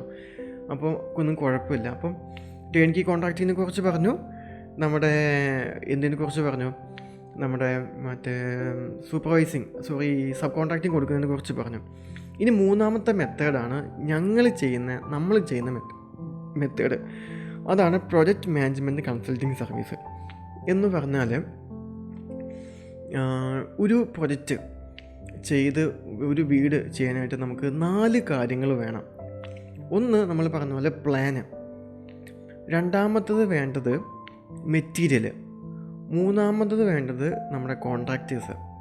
നാലാമത് വേണ്ടതാണ് ടെക്നിക്കൽ സൂപ്പർവിഷൻ. അപ്പം ഇതിനകത്ത് ഈ ഒന്നാമത് പറഞ്ഞ ഡ്രോയിങ്ങും ഡിസൈനിങ്ങും നാലാമത് പറഞ്ഞ ടെക്നിക്കൽ സൂപ്പർവൈസിങ്ങും ഈ 2 കാര്യങ്ങളാണ് ഞങ്ങൾ ചെയ്യുന്നത്. അതായത് ഡ്രോയിങ് ഉണ്ടാക്കുന്നു, ഡീറ്റെയിലിംഗ് ഉണ്ടാക്കുന്നു, പ്ലാൻ ഉണ്ടാക്കുന്നു, എലിവേഷൻ ഉണ്ടാക്കുന്നു, എല്ലാ കാര്യങ്ങളും ഉണ്ടാക്കി തരുന്നു. അതിനുശേഷം ഈ പറഞ്ഞ പോലെയുള്ള കാര്യങ്ങൾ ഫിനിഷ് ചെയ്യാനുള്ള എല്ലാ രീതിയിലുള്ള സപ്പോർട്ടുകളും നമ്മൾ കൊടുക്കുന്നു. അതായത് അതിന് വേണ്ടിയിട്ടുള്ള സൂപ്പർവൈസേഴ്സ് ഉണ്ടാവും, പ്രോജക്റ്റ് മാനേജേഴ്സ് ഉണ്ടാവും, എൻ്റെ വിസിറ്റ് ഉണ്ടാവും തുടങ്ങിയുള്ള കാര്യങ്ങൾ. പിന്നെ നമ്മൾ ഈ സബ് കോൺട്രാക്ടേഴ്സിനെ കണ്ടെത്താനായിട്ട്, അവരെ ഇൻ്റർവ്യൂ ചെയ്യാനായിട്ട്, അവരുടെ സൈറ്റ് വിസിറ്റ് ചെയ്യാനായിട്ട്, അതുപോലെ തന്നെ മെറ്റീരിയലിൽ വേണ്ട ഡീറ്റെയിൽ, ഷെഡ്യൂളിങ് തുടങ്ങിയിട്ടുള്ള എല്ലാ കാര്യങ്ങളും നമ്മൾ ഹെൽപ്പ് ചെയ്യും. അപ്പോൾ ഒരു ക്ലയൻറ്റിന് അവരറിയാവുന്ന, ഇപ്പോൾ ഉദാഹരണം പറഞ്ഞാൽ നമ്മുടെ കരിങ്കല്ല് കെട്ടുകയെന്ന് വിചാരിക്കാം. തറ കെട്ടണം, അതിന് കരിങ്കല്ല് കെട്ടണം. കരിങ്കല്ല് പണി ചെയ്യുന്ന ആൾക്കാർ മിക്കവാറും നാട്ടിൻപുറങ്ങളിൽ അവർക്കറിയാവുന്ന ആൾക്കാരുണ്ടാവും. അങ്ങനെ അവർക്കറിയാവുന്ന നിങ്ങൾക്കറിയാവുന്ന 1-2 ആൾക്കാരുടെ കൊട്ടേഷൻസ് തരിക. ഒരു 3 പേരുടെ കൊട്ടേഷൻസ് ഞാനും തരും. ഇത് 3ഉം മാച്ചപ്പ് ചെയ്ത് നോക്കിയിട്ട്, കമ്പയർ ചെയ്ത് നോക്കിയിട്ട് അതിൽ ഏറ്റവും ലോവസ്റ്റ് കോട്ടുകൾ തന്ന 2 ആൾക്കാർ, അതിലേറ്റവും ബെസ്റ്റായി നന്നായിട്ട് വർക്ക് ചെയ്ത ആളെ ആയിരിക്കും നമ്മൾ സെലക്ട് ചെയ്യാം. എന്നിട്ട് അവരെ കൊണ്ട് നമുക്ക് വേണ്ട രീതിയിൽ വർക്ക് എങ്ങനെ എടുപ്പിക്കണം എന്നുള്ള രീതിയിൽ ഡീറ്റെയിലിങ്ങും കാര്യങ്ങളും സൂപ്പർവിഷനും നമ്മൾ കൊടുക്കും. അങ്ങനെ കൊടുക്കുന്ന സമയത്ത് ഇവിടെ മെയിനായിട്ട് വ്യത്യാസം വരിക എന്താണെന്ന് പറഞ്ഞാൽ, ഇപ്പോൾ നമ്മൾ ടേൺ കീ വർക്ക് ചെയ്യുന്ന ഒരു കോൺട്രാക്ടറിന് നിങ്ങൾ സ്റ്റേജ് വൈസ് പേയ്മെൻറ്റ് കൊടുക്കണമെന്ന് പറയണ്ടല്ലോ. ഞങ്ങൾക്ക് പ്രോഫിറ്റ് അല്ല ഞങ്ങളെടുക്കുന്ന സർവീസ് ചാർജാണ്. ഈ സബ് കോൺട്രാക്ടറിനും അതുപോലെ തന്നെ നമ്മൾ ഈ പറഞ്ഞ പോലെ മെറ്റീരിയൽ സപ്ലൈ ചെയ്യുന്ന ആൾക്കാർക്കും ഉള്ള പേയ്മെൻറ്റുകൾ നിങ്ങൾ നേരിട്ടാണ് കൊടുക്കേണ്ടത്. അപ്പോൾ അത് ഞങ്ങളിലേക്ക് വരുന്നില്ല. ഞങ്ങൾക്ക് 7% മുതൽ 20% വരെ സർവീസ് ചാർജ് വരും വീടിൻ്റെ വലിപ്പം അനുസരിച്ചിട്ട്. ഇതല്ലാതെ വേറെ ഒരു പേയ്മെൻറ്റും ഞങ്ങൾക്ക് വരുന്നില്ല. ഞങ്ങൾക്ക് ഇത് മാത്രമേ വരുന്നുള്ളൂ. ഈ സബ് കോൺട്രാക്റ്റിനുള്ള പേയ്മെൻറ്റും ഈ നമ്മൾ സപ്ലയറിനുള്ള പേയ്മെൻറ്റും നിങ്ങൾ നേരിട്ട് കൊടുക്കണം. ഓക്കെ, ഇനിയിപ്പം ഈ 3 മെത്തേഡും നമ്മൾ പരിചയപ്പെടുത്തി. ഇനി ഈ 3 മെത്തേഡും തമ്മിലുള്ള ഒരു കമ്പാരിസൺ നോക്കിക്കഴിഞ്ഞാൽ ഏതാണ് അഡ്വാൻറ്റേജ്, ആർക്കൊക്കെയാണ് ഇത് പറ്റുക എന്നും കൂടെ നമുക്ക് പറയാം. ഒന്ന്, നമ്മൾ ടേൺ കീ മെത്തേഡ് ആർക്ക് സ്യൂട്ടാവുമെന്ന് ചോദിച്ചു കഴിഞ്ഞാൽ, നിങ്ങൾക്ക് ഇൻവോൾവ് ചെയ്യാനേ താല്പര്യമില്ല. അതായത് ഒരു വീട് വേണം, നിങ്ങൾക്ക് ആ ഭാഗത്തേക്ക് ശ്രദ്ധിക്കാൻ സമയമില്ല, താല്പര്യമില്ല, നിങ്ങളങ്ങോട്ട് നോക്കുന്നുമില്ല, ഒരാൾ ചെയ്തോട്ടെ തീർത്തോട്ടെ തന്നോട്ടെ എന്നാണ് നിങ്ങളുടെ ആറ്റിറ്റ്യൂഡെങ്കിൽ നിങ്ങൾ ടേൺ കീ മാത്രമേ നിങ്ങൾ ചെയ്യാവുള്ളൂ. കാരണം അവിടെ ഈ പറഞ്ഞ പോലെ കുറച്ച് പേയ്മെൻറ്റ്സും പ്രോഫിറ്റൊക്കെ അധികം കൊടുക്കേണ്ടി വരും. പക്ഷേ നിങ്ങൾക്ക് നല്ല മെത്തേഡ് ടേൺ കീ ആയിരിക്കും. ഇനി രണ്ടാമത് നമ്മൾ പറഞ്ഞ പോലെ ഇത് നമ്മുടെ സബ് കോൺട്രാക്റ്റിംഗ് മെത്തേഡ്, നിങ്ങളൊരു ഡീറ്റെയിലിംഗ് വളരെ കുറഞ്ഞിട്ടല്ലേ ഒരു സാധാരണ വീടാണ് നിങ്ങൾ ചെയ്യുന്നതെങ്കിൽ നിങ്ങൾ നിങ്ങൾ നിർബന്ധമായും നിങ്ങൾ ചെയ്യേണ്ടത് ഒരു സബ് കോൺട്രാക്ടറിനെ, അത് പല സബ് കോൺട്രാക്ടറിനെ കണ്ടുപിടിച്ച് ചെയ്യിപ്പിച്ചിട്ട് വർക്ക് നടത്തുക എന്നുള്ളതാണ്. പക്ഷേ കുറച്ചുകൂടെ ഫിനിഷിങ്ങും ഈ പറഞ്ഞ പോലെ നിങ്ങൾക്ക് സമയമുണ്ട്. അതായത് സമയം എന്ന് വെച്ചാൽ എന്നും വന്ന് സൈറ്റ് നോക്കാനുള്ള സമയമല്ല, അതൊക്കെ ഞങ്ങൾ നോക്കിക്കോളും. ഫിനിഷിങ്ങും കാര്യങ്ങളൊക്കെ നമ്മൾ നോക്കിക്കോളും. അതായത് ആഴ്ചയിൽ ഒരിക്കൽ ഇവരുടെ പേയ്മെൻറ്റ് നമ്മൾ ഈ സബ് കോൺട്രാക്ടേഴ്സിനൊക്കെ ആയിട്ട് നമ്മൾ എഗ്രിമെൻറ്റ് വെക്കും. ആ എഗ്രിമെൻറ്റ് വെച്ചിട്ട് ഈ സബ് കോൺട്രാക്ടേഴ്സുമായിട്ട് നമ്മൾ പേയ്മെൻറ്റ് ഷെഡ്യൂളുണ്ട്. ആ പേയ്മെൻറ്റ് ഷെഡ്യൂൾ കൊടുക്കേണ്ട സമയത്ത് നിങ്ങളുടെ അക്കൗണ്ടിൽ നിന്ന് അവർക്ക് മാത്രം അയച്ചു കൊടുക്കാനും, ഒരു കമ്പിയോ സ്റ്റീലോ അല്ലെങ്കിൽ എംസാൻഡ് സിമെൻറ്റൊക്കെ എത്തിക്കഴിയുമ്പം ഈ സപ്ലയേഴ്സിനുള്ള പേയ്മെൻറ്റ് കൊടുക്കാനുള്ള സമയം, ഇത്രയെങ്കിലും സമയം നിങ്ങൾക്ക് ഉണ്ടെങ്കിൽ നിങ്ങൾക്കുള്ള ഏറ്റവും നല്ല മെത്തേഡാണ് ഈ പ്രോജക്റ്റ് മാനേജ്മെൻറ്റ് കൺസൾട്ടിങ് സർവീസ്. കാരണം അതിൽ ഫിനിഷിങ് കൂടുതലായിരിക്കും, നിങ്ങളുടെ പ്രോജക്റ്റിൻ്റെ ക്വാളിറ്റിയും എല്ലാം മറ്റ് 2 മെത്തേഡോട്ട് കമ്പയർ ചെയ്യുമ്പം കൂടുതൽ മാത്രമേ ഉണ്ടാവുള്ളൂ. കാരണം ഒരു ഹൈ എൻഡ് പ്രൊഫഷണൽ എൻഡിലാണ് നമ്മൾ ഈ സാധനം ഫിനിഷ് ചെയ്ത് കൊണ്ടുവരുന്നത്. ഇപ്പോൾ എൻ്റെ ക്ലയൻസിനകത്ത് വിദേശത്തൊക്കെ വളരെ ഹൈ പൊസിഷൻസ് നിൽക്കുന്ന ആൾക്കാർ പോലും ഈ PMCയിലാണ് ചെയ്യുന്നത്. കാരണം എന്താ പറഞ്ഞാൽ അവർക്ക് സമയത്തിൻ്റെ കുറവുണ്ടെങ്കിൽ പോലും ആ കുറഞ്ഞ സമയത്തിൽ ചെയ്യാൻ പറ്റാവുന്ന അത്രയും കമ്മിറ്റ്മെൻറ്റ്സേ നിങ്ങൾക്കിവിടെ ചെയ്യേണ്ടതായിട്ട് ഉള്ളൂ. ഇനി ഇതിൽ ഏതാണ് സേഫർ സൈഡ്, അല്ലെങ്കിൽ കുറച്ചുകൂടെ നമുക്ക് റിസ്ക് ഫാക്ടർ കുറവുള്ള സൈഡെന്ന് ചോദിച്ചു കഴിഞ്ഞാൽ അതും ഈ പ്രോജക്റ്റ് മാനേജ്മെൻറ്റ് കൺസൾട്ടിങ് സർവീസാണ് എന്നാണ് ഞാൻ പറഞ്ഞത്. നമ്മൾ ചെയ്യുന്ന മെത്തേഡ് ആയതുകൊണ്ടല്ല, എന്തുകൊണ്ടാണ് എന്നും കൂടി ഞാൻ ഡീറ്റെയിൽ ചെയ്ത് പറയാം. ഇപ്പോൾ നമ്മുടെ നാട്ടിൽ ഒരുപാട് കോൺട്രാക്റ്റേഴ്സ് ഉണ്ട്. ഇതിനകത്ത് ഈ ഒരു ടേൺ കീ കോൺട്രാക്ടർ, അതായത് ഞാൻ ഈ സബ് കോൺട്രാക്ടേഴ്സിനെ മാറ്റി വെക്കുകയാണ്. ഈ ടേൺ കീയും നമ്മുടെ PMC മാത്രമേ ഞാൻ സംസാരിക്കുന്നുള്ളൂ. ഇതിൽ ഈ ഒരു ടേൺ കീ കോൺട്രാക്ടർ എടുക്കുന്ന ഒരു പ്രോഫിറ്റ് എന്ന് പറഞ്ഞാൽ ഒരു ആവറേജ് ഒരു 20% ടു ഒരു 40% വരെയാണ് ഒരു ആവറേജ്.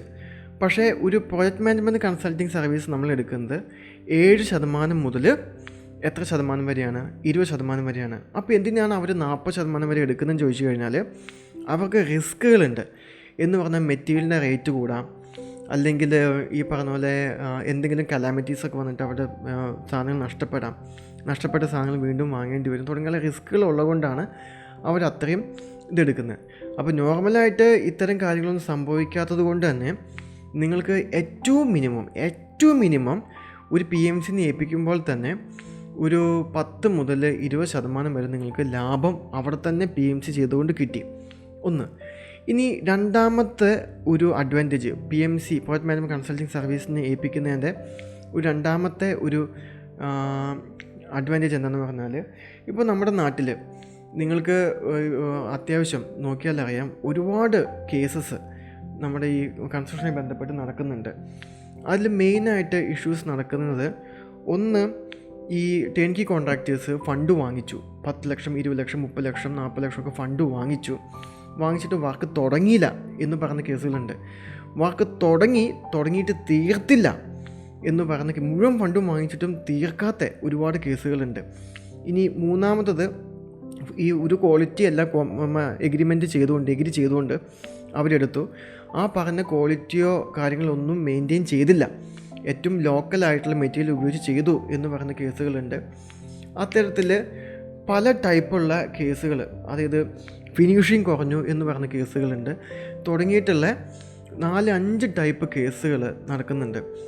ഇതിനകത്ത് പ്രധാനമായിട്ടൊരു കാരണം എന്താണെന്ന് പറഞ്ഞാൽ, ഈ കോൺട്രാക്ടേഴ്സിനകത്ത് ഒരു 10% ആൾക്കാരും വളരെ നല്ല ആൾക്കാരുണ്ട്. ഇതിനകത്ത് ഒരുപാട് ഫ്രോഡുകളും ഉണ്ട്. അപ്പം ഒരു PMCനെ ഏൽപ്പിക്കുന്ന സമയത്ത് ഇത്തരം ഒരു കേസും വരില്ല. കാരണം ഒരു പ്രോജക്റ്റ് മാനേജ്മെൻറ്റ് കൺസൾട്ടൻറ്റിന് നിങ്ങൾ മെറ്റീരിയൽ വാങ്ങാനുള്ള പൈസ കൊടുക്കുന്നില്ല, ലേബറിനുള്ള പൈസ കൊടുക്കുന്നില്ല, അയാൾക്ക് അയാളുടെ സർവീസിനുള്ള എമൗണ്ട് മാത്രമേ കൊടുക്കുന്നുള്ളൂ. അതുകൊണ്ട് അയാൾക്ക് ഒന്നിൻ്റെ ആവശ്യമില്ല. അപ്പോൾ എങ്ങനെയൊക്കെയാണ് പ്രശ്നങ്ങൾ വരുന്നത് വെച്ചാൽ, ഒന്ന് ഈ വർക്കുകൾ നമ്മൾ 3-4 കേസസ് പറഞ്ഞത് ഞാൻ ഡീറ്റെയിൽ ചെയ്ത് പറയാം. വർക്കുകൾ എന്തുകൊണ്ട് പെൻഡിങ് ആയി പോകുന്നു, അതായത് ഇതിനകത്ത് നേരത്തെ പറഞ്ഞ പോലെ പറ്റിക്കാനായിട്ട് ഇറങ്ങി തിരിച്ച് ചതിക്കാനായി ചെയ്യുന്ന ആൾക്കാരുണ്ട്. അതിനപ്പുറം എന്താ പറയുക, ഒട്ടും പ്രതീക്ഷിക്കാണ്ട് യാദൃശ്ചികമായി ഫണ്ട് അങ്ങോട്ടും ഇങ്ങോട്ടും റോൾ ചെയ്യേണ്ട അവസ്ഥകൾ വന്ന ആൾക്കാരുമുണ്ട്. ഇപ്പോൾ ഞാനൊരു 10 കീ കോൺട്രാക്ടറാണെന്ന് വിചാരിക്കാം. എൻ്റെ കുടുംബത്തിലെ ഒരാൾക്ക് ഒരു സീരിയസ് ഒരു ഇഷ്യൂ വന്നു, ഒരു അസുഖം വന്നു, ഹോസ്പിറ്റലിൽ കൊണ്ടുപോകണം, സർജറി ചെയ്യണം, എന്തെങ്കിലും വേണം, പെട്ടെന്ന് ഒരു ഫണ്ട് മാറ്റണം എന്ന് പറഞ്ഞു കഴിഞ്ഞാൽ ഞാൻ ഉറപ്പായിട്ടും ഇത് ആര് തന്ന ഫണ്ടാണെന്ന് ഞാൻ നോക്കില്ല, എനിക്ക് എൻ്റെ ഫാമിലി മെമ്പറാണ് നിർബന്ധം, ഇമ്പോർട്ടൻറ്റ്. അപ്പോൾ ഞാൻ എന്ത് ചെയ്യും, ആ ഫണ്ട് മറയ്ക്കും. ഇത്തരം ഈ രീതിയിൽ ഒരു പ്രാവശ്യം ഒരു ഫണ്ട് എങ്ങോട്ടെങ്കിലും റോൾ ചെയ്ത് പോയി കഴിഞ്ഞാൽ അതിൽ നിന്ന് പിന്നെ ഒരു ക്വിറ്റിങ് അല്ലെങ്കിൽ ഒരു തിരിച്ചു വരവ് എളുപ്പമല്ല. പിന്നെ അങ്ങോട്ടും ഇങ്ങോട്ടും റോളിങ്ങും തിരിക്കലും മറക്കലും തന്നെയായിരിക്കും. അപ്പം ഇത് നമ്മൾ ഒരിക്കലും ഇപ്പോൾ 10 വർഷമായിട്ടുണ്ട്, ഭയങ്കര സംഭവമാണ് എന്നൊക്കെ പറയുന്ന ഒരാൾക്ക് പോലും സംഭവിക്കാവുന്ന ഒരു മിനിമം റിസ്ക് ഫാക്ടറാണ് ഈ പറഞ്ഞൊരു ഹെൽത്ത് കണ്ടീഷൻ സംബന്ധമായിട്ടുള്ളൊരു പ്രശ്നം. അപ്പോൾ ഇങ്ങനെ എന്തൊക്കെ വന്നാൽ തന്നെയും ഇവർക്ക് ഫണ്ട് റോൾ ചെയ്ത് പോകാനുള്ള സാധ്യതയുണ്ട്. അങ്ങനെ അവർ നിങ്ങളുടെ ഫണ്ടാണ് എടുത്ത് റോൾ ചെയ്യുന്നെങ്കിൽ ബുദ്ധിമുട്ടാവും. അല്ലെങ്കിൽ വേറൊരു സൈറ്റിൽ നിന്നും ഒരു ഫണ്ട് കിട്ടും, ആ ഫണ്ടും കൂടെ കിട്ടിയിട്ട് വേണം ഇവിടുത്തെ കോൺക്രീറ്റ് ചെയ്യാൻ, ഈ കോൺക്രീറ്റ് കൂടെ കഴിഞ്ഞിട്ട് വേണം അവിടുത്തെ സ്ലാബ് വാർക്കാൻ എന്ന ഫുള്ള് കാൽക്കുലേഷനായിരിക്കും. നിങ്ങളുടെ ഫണ്ട് 4 ഭാഗം ചിഞ്ഞി ചെതറി മാറിപ്പോയിട്ടുണ്ടാവും. അങ്ങനെ മാറിപ്പോയ ഈ ഫണ്ട് പോയ ശേഷം പിന്നെ ഏതെങ്കിലും ഒരു ഭാഗത്ത് ഇത് ലോക്കായാലും പ്രശ്നമാണ്. ഇത്തരം യാദൃശ്യമായി സംഭവിക്കുന്ന കുറേ കാരണങ്ങളുണ്ട്. അതല്ലാതെ ഫണ്ട് വാങ്ങി ഭംഗിയായിട്ട് മുങ്ങുന്ന ആൾക്കാരും ഉണ്ട്. അപ്പോൾ ഇങ്ങനെ ഒരു ഫിനാൻസ് റിസ്ക് ഉണ്ട്. രണ്ടാമത് നമ്മൾ പറഞ്ഞൊരു കാര്യമാണ് ക്വാളിറ്റിയുടെ പ്രശ്നം. ഈ ക്വാളിറ്റിയും ഈ പറഞ്ഞ പോലെ ഫ്രോഡുകളായിട്ടുള്ള ആൾക്കാർ ഉറപ്പായിട്ടും പറ്റിക്കുന്ന ആൾക്കാരുണ്ട്. അതല്ലാതെ ചില ആൾക്കാർ സാഹചര്യമാണ് മനുഷ്യനെ പലപ്പോഴും പല വേഷങ്ങളും കെട്ടിക്കുന്നതെന്ന് പറഞ്ഞ പോലെ സാഹചര്യം കൊണ്ട് എന്ന് പറഞ്ഞാൽ ഒരു സ്ക്വയർ ഫീറ്റിന് 2000 രൂപ കമ്മിറ്റ് ചെയ്തിട്ട് കോൺട്രാക്റ്റ് എടുക്കും. കോൺട്രാക്റ്റ് എടുക്കുന്ന സമയത്ത് റേറ്റിൽ ചിലപ്പം ഒട്ടും പ്രതീക്ഷിക്കേണ്ട. നമ്മൾ കോവിഡിൻ്റെ സമയത്തൊക്കെ 45 രൂപ ഉണ്ടായിരുന്ന നമ്മുടെ ടാറ്റ സ്റ്റീലൊക്കെ ഏകദേശം 100 രൂപ സംതിങ് എബോവിലേക്കൊക്കെ മാറിയ സമയമുണ്ട്.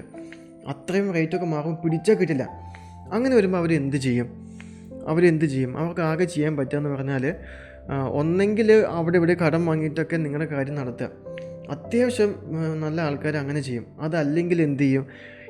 15 സെൻറ്റിമീറ്റർ ഗ്യാപ്പിലിടേണ്ട കമ്പി 20 സെൻറ്റിമീറ്റർ ഗ്യാപ്പിലിടും.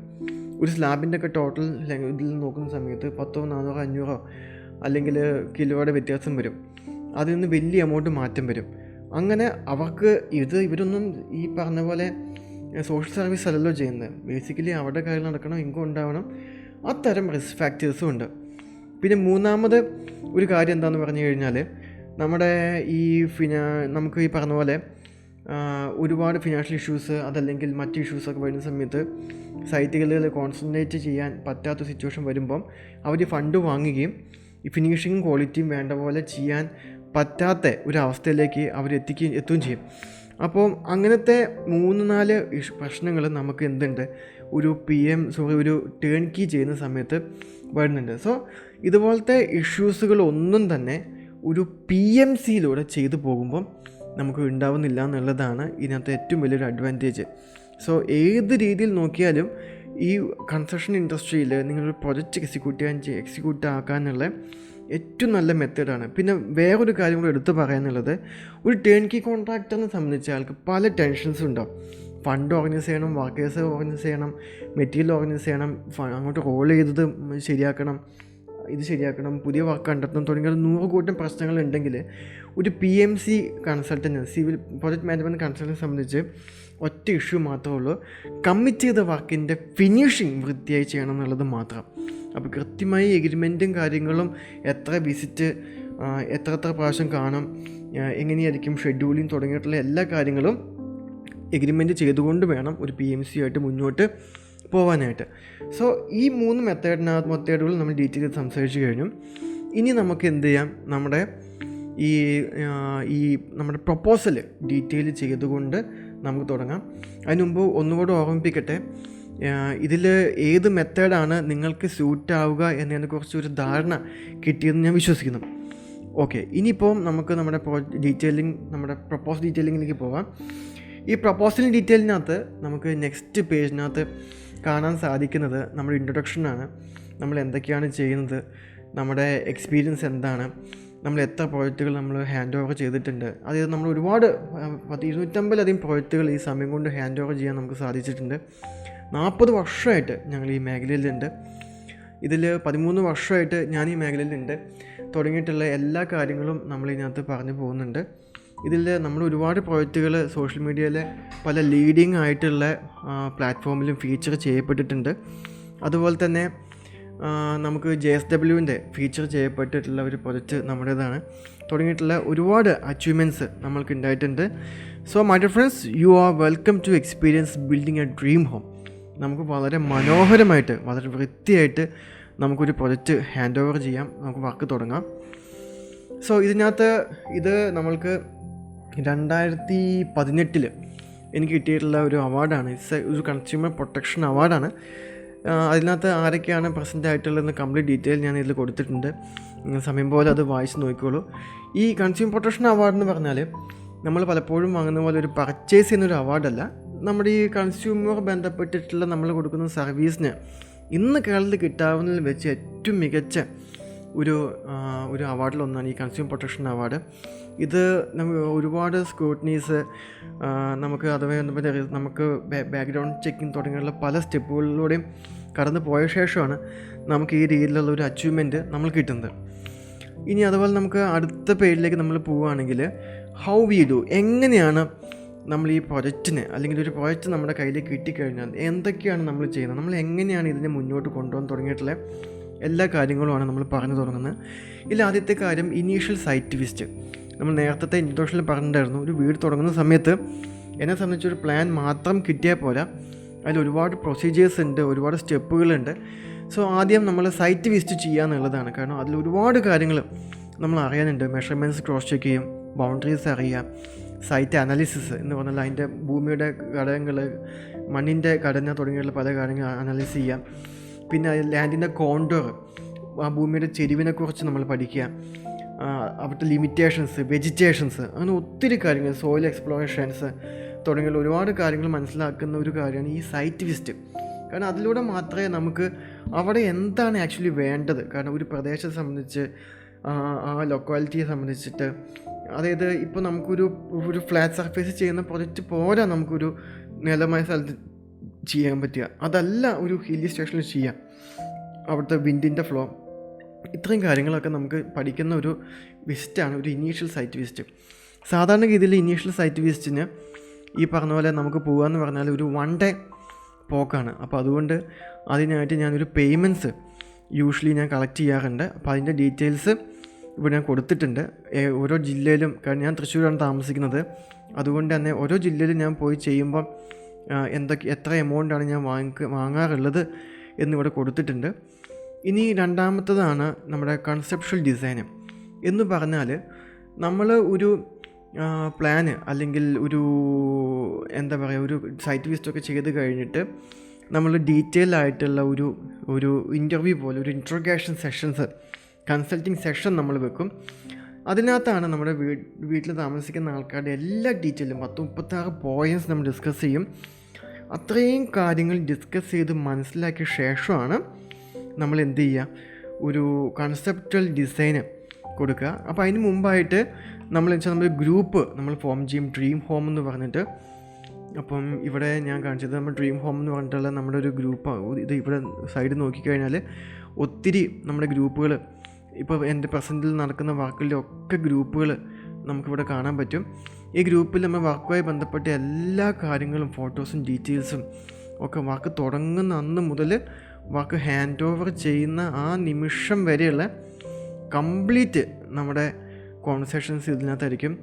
ഇതിപ്പോൾ ഞാൻ ഹാൻഡ് ഓവർ ചെയ്തിട്ടുള്ളൊരു വർക്കാണ്. അതിനകത്ത് നമ്മുടെ കീ ഹാൻഡ് ഓവർ ചെയ്യുന്ന അതിൻ്റെ ഫോട്ടോസ് അടക്കം കംപ്ലീറ്റ് കാര്യങ്ങളും ഡിസ്കസ് ചെയ്തുകൊണ്ടായിരിക്കും നമ്മൾ ഇത് ചെയ്തു പോകുന്നത്. അപ്പോൾ അതിനൊരു ഗ്രൂപ്പ് നമ്മൾ ഫോം ചെയ്യുന്നത്. കാരണം ഞാൻ പറഞ്ഞ പോലെ നമ്മളെ സംബന്ധിച്ച് ട്രാൻസ്പെറൻസി അതിൻ്റെ ഏറ്റവും എക്സ്റ്റെൻഡിൽ നമ്മൾ ചെയ്തു പോകണം. കാരണം ഇത് നിങ്ങൾ എന്താണ് ചെയ്യുന്നത്, അല്ലെങ്കിൽ നിങ്ങളെ സംബന്ധിച്ച് നിങ്ങളുടെ വീട് എന്താണെന്നുള്ളത് കൃത്യമായ ധാരണയോട് കൂടി തന്നെയാണ് ഞാൻ നിങ്ങളുമായിട്ടുള്ള അസോസിയേഷൻ സ്റ്റാർട്ട് ചെയ്യുന്നത്. ഓക്കെ, ഇനി ഈ പറഞ്ഞ പോലെ ഒരു കോൺസെപ്റ്റൽ ഡിസൈൻ നമ്മൾ ചെയ്യുന്ന സമയത്ത് യൂഷ്വലി ഒരു പ്രൊഫഷണൽ ഡിസൈനർ ഒരു കോൺസെപ്റ്റൽ ഡിസൈൻ ചെയ്യാനായിട്ട് 1 ലക്ഷം രൂപയെങ്കിലും മിനിമം വാങ്ങാറുണ്ട്. പക്ഷേ ഞാനിത് പൂർണ്ണമായിട്ടും ഫ്രീ ആയിട്ടാണ് ചെയ്യുന്നത്. കാരണം ഫണ്ട് വാങ്ങി ചെയ്യാൻ അറിയാത്തതുകൊണ്ടല്ല, പക്ഷേ ഒരു ഫാമിലി ആയിട്ട് പൂർണ്ണമായിട്ടും അവർക്ക് ഇഷ്ടപ്പെടുന്ന ഒരു സാധനം, ഒരു ഡിസൈൻ എത്തിക്കാൻ കഴിയാമെന്ന് പറഞ്ഞാൽ നമുക്ക് അവരുമായിട്ടുള്ള അസോസിയേഷൻ കറക്റ്റാണ് എന്നാണ് അർത്ഥം. അത് പ്രൂവ് ചെയ്ത ശേഷം മാത്രം മതി നെക്സ്റ്റ് ഫിനാൻഷ്യലായുള്ള കാര്യങ്ങൾ എന്നുള്ളതാണ് ഞാൻ ഫോളോ ചെയ്യുന്ന ഒരു പോളിസി. കാരണം ഞാൻ എടുക്കുന്ന വർക്കിൽ എനിക്ക് അത്രയും ആത്മവിശ്വാസമുണ്ട്. ഇപ്പോൾ ഉദാഹരണം പറഞ്ഞു കഴിഞ്ഞാൽ, ഇപ്പോൾ നമ്മളൊരു പ്രൊജക്റ്റ് ചെയ്യുന്ന സമയത്ത് നമ്മൾ ആക്ച്വലി പ്ലാസ്റ്ററിങ് ചെയ്യാനായിട്ട് സബ് കോൺട്രാക്ടറെ ഏൽപ്പിച്ചു. സബ് കോൺട്രാക്ടർ പ്ലാസ്റ്ററിങ് ചെയ്ത് കഴിഞ്ഞ് കഴിഞ്ഞാൽ നമ്മൾ പോയിട്ട് അതിൻ്റെ ലെവൽ ചെക്ക് ചെയ്യണം. ഇപ്പോൾ ഈ ഫോട്ടോ കണ്ടാലറിയാം, ഇതിനകത്തൊന്നും 1 mm പോലും ചെരിവില്ല. കാരണം വീടെന്ന് പറഞ്ഞാൽ അത്ര ഫിനിഷിങ്ങിലായിരിക്കും നമുക്ക് ചെയ്ത് കൊണ്ടുവരിക. ഇപ്പോൾ ഇതിനകത്ത് കണ്ടില്ലേ, ഈ വീടിൻ്റെ ഈ ഭാഗം നോക്കി എന്തുമാത്രം മുഴകളാണ്, എത്രമാത്രം പ്രശ്നങ്ങളുണ്ടെന്ന് നോക്കിയേ. മുഴകൾ, പ്രശ്നങ്ങൾ, തള്ളിച്ച തുടങ്ങിയിട്ടുള്ള വീട് വൃത്തിയില്ലാത്ത പോട്ടെ, അതിൻ്റെ കൂടെ വൃത്തികേടും കൂടി ആക്കി എന്നുള്ളതാണ് അതിൻ്റെ ഒരു ഏറ്റവും വലിയ ഹൈലൈറ്റ്. എങ്ങനെ സാധിക്കുന്നു എന്നാണ്. അപ്പം ഇതിനകത്ത് നോക്കിയാൽ നമുക്ക് എടുത്ത പ്ലാസ്റ്റർ ചെയ്ത എല്ലാ ഭിത്തികളും ഇതുപോലെ നമ്മൾ അളക്കും, ലെവൽ ചെക്ക് ചെയ്യും. ചെക്ക് ചെയ്തിട്ട് നമ്മൾ ഉദ്ദേശിക്കുന്ന ഫിനിഷിങ് ഇല്ലെങ്കിൽ സബ് കോൺട്രാക്ടറിനെ കൊണ്ട് ഈ സാധനം പൊളിപ്പിക്കുക തന്നെ ചെയ്യും. പൊളിപ്പിച്ച് അവരുടെ കയ്യിൽ നിന്ന് മെറ്റീരിയൽ എടുത്തിട്ട് വീണ്ടും നമ്മൾ ചെയ്യിപ്പിക്കും. അത് എനിക്ക് എൻ്റെ സ്വഭാവം അറിയാവുന്നതുകൊണ്ട് എൻ്റെ കൂടെ വർക്ക് ചെയ്യുന്ന ബാക്കി സബ് കോൺട്രാക്ടേഴ്സൊന്നും ഇതിനുള്ള അവസരം ഇതുവരെയും ഉണ്ടാക്കിയിട്ടില്ല. ഇപ്പം ഓരോ ഭാഗവും നമ്മൾ ചെയ്യേണ്ടത് എന്തൊക്കെയാണ് ഗ്രൂപ്പിൽ നമ്മൾ മാർക്ക് ചെയ്ത് കൊടുക്കും. പിന്നെ നമുക്ക് വയറിങ്ങിൻ്റെ എന്തെങ്കിലും ഫോൾട്ടോ മിസ്റ്റേക്സോ കാര്യങ്ങളോ എന്തെങ്കിലുമൊക്കെ ഉണ്ടെങ്കിൽ അത് ഈ രീതിയിൽ ഗ്രൂപ്പിലൊക്കെ നമ്മൾ ഫോട്ടോ എടുത്ത് മാർക്ക് ചെയ്ത് ഇട്ടിട്ട്, കാരണം നമുക്കിവിടെ ഹൈഡ് ചെയ്യാനൊന്നുമില്ല. കാരണം എന്നെ സംബന്ധിച്ച് 10 കമ്പി മുക്കിയിട്ട് ലാഭം ഉണ്ടാക്കാനില്ല. കാരണം എനിക്ക് കിട്ടുന്നത് സർവീസ് ചാർജാണ്. അത് സമയത്ത് എനിക്ക് എൻ്റെ ക്ലയൻസ് തരുന്നുണ്ട്. അപ്പം ഓരോ ഭാഗത്ത് എന്തൊക്കെ ചെയ്യണം, എന്തൊക്കെയാണ് ഓരോ കാര്യങ്ങൾ തുടങ്ങിയിട്ടുള്ള എല്ലാ കാര്യങ്ങളും. ഇതിപ്പം കാരണം ഓരോ റൂമും ഇതിപ്പോൾ ഒരു സ്ഥലത്ത് പുട്ടിയിട്ട് അവർ ഫസ്റ്റ് കോട്ട് ഉരച്ച് പോയതാണ്. അപ്പോൾ ഫസ്റ്റ് കോട്ട് ഇട്ട് കഴിഞ്ഞിട്ട് രണ്ടാം കോട്ട് ഇടുന്നതിന് മുമ്പ് എനിക്ക് രാത്രി തന്നെ വന്ന് കാണുമെന്ന് പറഞ്ഞിട്ട് രാത്രി ഏകദേശം 9 മണിക്ക് ഞാൻ ആ സൈറ്റിൽ പോയിട്ട് ആ വീട്ടിലെ ലെവൽസ് ചെക്ക് ചെയ്തതാണ്. ഇത്രയധികം കത്തിപ്പാടുകൾ അതിനകത്തുണ്ട്. പുട്ടിയിട്ടപ്പോൾ ലെവൽ വ്യത്യാസമുണ്ട്. അത് മുഴുവനും ചെക്ക് ചെയ്ത് ഫിനിഷ് ചെയ്ത ഒരു വോളുണ്ട് ഇതിനകത്ത്. ഇത് ഏകദേശം ഫിനിഷ് ആയതാണ്. അങ്ങനെ കംപ്ലീറ്റ് സാധനം ഫിനിഷ് ചെയ്ത് കഴിഞ്ഞിട്ട് മാത്രമേ ഇവർക്കുള്ള പേയ്മെൻറ്റ് റിലീസ് ചെയ്യാൻ ഞാൻ ക്ലയൻറ്റിനോട് പറയാറുള്ളൂ. അപ്പോൾ അങ്ങനെയാണ് നമ്മളൊരു പ്രൊജക്റ്റും ഫിനിഷ് ചെയ്ത് കൊണ്ടുവരുന്നത്. ഓക്കെ, അപ്പം കൺസെപ്റ്റ് ഡിസൈനിങ് അങ്ങനെയാണ്. അപ്പോൾ കൺസെപ്റ്റ് ഡിസൈനിങ് നിങ്ങൾക്ക് ഇഷ്ടപ്പെട്ടാൽ മാത്രമേ നമ്മൾ അടുത്ത സ്റ്റെപ്പിലേക്ക് പോകുന്നുള്ളൂ. നെക്സ്റ്റ് സ്റ്റെപ്പ് എന്ന് പറഞ്ഞാൽ സ്കീമാറ്റിക് ഡിസൈനാണ്. കാരണം ആ കോൺസെപ്റ്റ് ബന്ധപ്പെട്ടുള്ള എലിവേഷൻ ഉണ്ടാക്കുക, 3Ds ഉണ്ടാക്കുക, ബാക്കി വിഷ്വൽസ് ഉണ്ടാക്കുക, ഇനീഷ്യലായിട്ടുള്ള മെറ്റീരിയൽ ഫൈനലൈസ് ചെയ്യുക തുടങ്ങിയിട്ടുള്ള കാര്യങ്ങളാണ് അതിൽ വരിക. അതിനകത്തേക്ക് വരുന്ന സമയത്ത് നമുക്ക് വരുന്ന കോസ്റ്റ് എന്ന് പറഞ്ഞാൽ ഇങ്ങനെയാണ്. ആ സമയത്താണ് ഞാൻ ആദ്യമായിട്ട് പേയ്മെൻറ്റ് വാങ്ങുക. ഇതിനകത്ത് പേയ്മെൻറ്റ് സൈറ്റ് വിസിറ്റ് ഞാൻ വാങ്ങുന്നുണ്ട്. അതല്ലാതെ നെക്സ്റ്റ് ഒരു പേയ്മെൻറ്റ് വാങ്ങുക ഇതിനകത്താണ്. ഇതിൽ 1000 സ്ക്വയർ ഫീറ്റ് വരെയുള്ള വീടുകൾക്ക് 30,000 രൂപ മുതൽ 5000 സ്ക്വയർ ഫീറ്റ് മേലെയുള്ള വീടുകൾക്ക് 3 ലക്ഷം രൂപ വരെയാണ് ഈ സ്കീമാറ്റിക് ഡിസൈനിനായിട്ട് ഞാൻ വാങ്ങുന്നത്.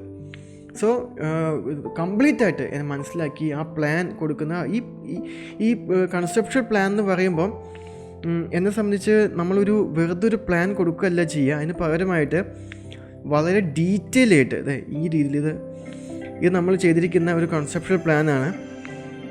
അതിനകത്ത് അതുമായി ബന്ധപ്പെട്ടിട്ടുള്ള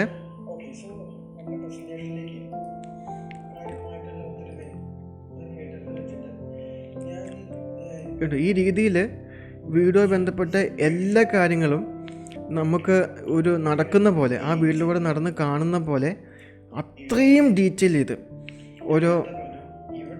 ഓരോ മുക്കും മൂല്യം എന്തൊക്കെയാണെന്നുള്ളതും, അതായത് ക്ലയൻറ്റിനെ ഇനി ഇതുമായി ബന്ധപ്പെട്ട് മനസ്സിലാക്കാൻ ഒന്നും ബാക്കിയില്ലാത്ത പോലെ ഒരു കൺസെപ്ച്വൽ ഡിസൈൻ കൊടുത്ത് അത് okay, this is the one I am waiting for എന്ന് ക്ലയൻറ്റ് പറഞ്ഞ ശേഷം മാത്രമേ അതിൽ വേണ്ട കറക്ഷൻസൊക്കെ വരുത്തി എന്നിട്ട് മാത്രമേ സ്കീമാറ്റിക്കിലേക്ക് നമ്മൾ പോകുന്നുള്ളൂ.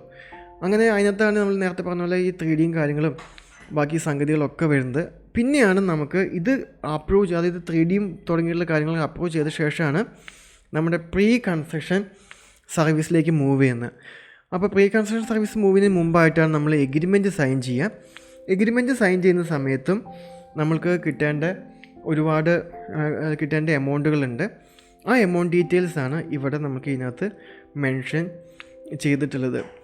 അപ്പം ഇതിനകത്ത് നമുക്ക് ഈ കൺസൾട്ടിങ് സർവീസ് നമ്മൾ ചെയ്യുമ്പം നമുക്കുള്ള ഫീസസ് എങ്ങനെയാണെന്ന് പറഞ്ഞാൽ 1000 സ്ക്വയർ ഫീറ്റ് വരെ ഒരു വീടിന് നമുക്ക് 25%, അതായത് ടോട്ടൽ കൺസ്ട്രക്ഷൻ കോസ്റ്റിൻ്റെ 25% നമുക്ക് എടുക്കുക.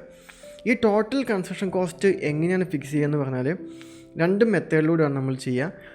ഒന്നെങ്കിൽ നമ്മളൊരു അത്യാവശ്യം വലിയ വീടുകളാണെങ്കിൽ ഒരു പ്രൊഫഷണൽ ക്വാണ്ടിറ്റി സർവേയറിന് നമ്മൾ ഡീറ്റെയിൽസ് അയച്ചു കൊടുത്തിട്ട് അവർ ഇന്നത്തെ മാർക്കറ്റ് റേറ്റും കാര്യങ്ങളും ഒക്കെ വെച്ചുകൊണ്ടൊരു റേറ്റ് ഫിക്സ് ചെയ്യും. ആ ഫിക്സ് ചെയ്ത എമൗണ്ടിൻ്റെ 25% നമ്മൾ വാങ്ങിക്കുക. അല്ലെങ്കിൽ എമൗണ്ട് കൃത്യമായ പെർസെൻറ്റേജ് എത്രയാണോ ആ പെർസെൻറ്റേജ് ആയിരിക്കും നമ്മൾ വാങ്ങിക്കുക. അതല്ലെങ്കിൽ നമ്മൾ ഏകദേശം ഒരു കൺസ്ട്രക്ഷൻ റേറ്റ് നമ്മൾ ഫിക്സ് ചെയ്യും. അതായത് സ്ക്വയർ ഫീറ്റ് ഒരു 1000 രൂപ 1500 രൂപ റേറ്റ് ഫിക്സ് ചെയ്തിട്ട് ആ വരുന്ന കോസ്റ്റിൻ്റെ ഒരു നിശ്ചിത പെർസെൻറ്റേജ് ആയിരിക്കും നമ്മൾ വാങ്ങിക്കുക. അപ്പോൾ അങ്ങനെയാണ് നമ്മൾ പെർസെൻറ്റേജ് നമ്മൾ ഫിക്സ് ചെയ്യുക. അപ്പോൾ ഇതിനകത്ത് ഒരു കാര്യമുള്ളത്, എന്തൊക്കെയാണ് നമുക്ക് ഇതിനകത്ത് വരുന്നതെന്ന് പറഞ്ഞാൽ ഇതുമായി ബന്ധപ്പെട്ട്, അതായത് ഇപ്പം നമ്മളൊരു ഡിസൈനിലേക്ക് എത്തുമ്പം ജസ്റ്റ് എന്തുകൊണ്ടാണ് ഈ പെർസെൻറ്റേജിൽ വ്യത്യാസം എന്ന് പറഞ്ഞാൽ, ഇപ്പോൾ നോക്കിയാൽ അറിയാം 1000 സ്ക്വയർ ഫീറ്റ് 25%, 5000 സ്ക്വയർ ഫീറ്റ് 7% വാങ്ങുന്നുള്ളൂ. അപ്പം ചെറിയ സ്ക്വയർ ഫീറ്റ് ഉള്ള ആൾക്ക് ഇത്രയും വലുതാണ് വാങ്ങുന്നതെന്ന് ചോദിച്ചു കഴിഞ്ഞാൽ നമ്മൾ ചെറിയ വീടാണെങ്കിലും വലിയ വീടാണെങ്കിലും ഞങ്ങളെടുക്കുന്ന എഫോർട്ട് ഓൾമോസ്റ്റ് സെയിമാണ്. ഇപ്പോൾ വലിയ വീടുകൾക്ക് കുറച്ച് സമയം മാറ്റം വരുന്നുണ്ടെങ്കിലും ഈ സൂപ്പർവിഷൻ ടൈം, കാരണം ആഴ്ചയിൽ ഇത്ര പ്രാവശ്യം നമ്മൾ സൈറ്റ് വിസിറ്റ് ചെയ്യണം, ഈ സബ് കോൺട്രാക്ടറിനെ സ്ക്രൂട്ടനൈസ് ചെയ്യണം, ലെവൽസ് പോലെ സംഭവം ചെക്ക് ചെയ്യണം, ഈ തുടങ്ങിയിട്ടുള്ള എടുക്കേണ്ട കാര്യങ്ങൾ ഞങ്ങൾ എടുക്കേണ്ടത് സെയിം തന്നെയാണ്. ഇപ്പോൾ എത്രത്തോളം ഡ്രോയിങ് വേണം ചോദിച്ചു കഴിഞ്ഞാൽ ഏറ്റവും മിനിമം ഒരു 50 ഡ്രോയിങ് മുതൽ ഒരു 100 ഡ്രോയിങ് വരെ ഒരു വീടിന് വരാറുണ്ട്. ഒരു എക്സാമ്പിൾ കാണിച്ചു തരാം. ഇതിപ്പോൾ നമ്മളൊരു സൈറ്റിന് വേണ്ടിയിട്ട് ചെയ്യുന്ന ഡ്രോയിങ്സാണിത്.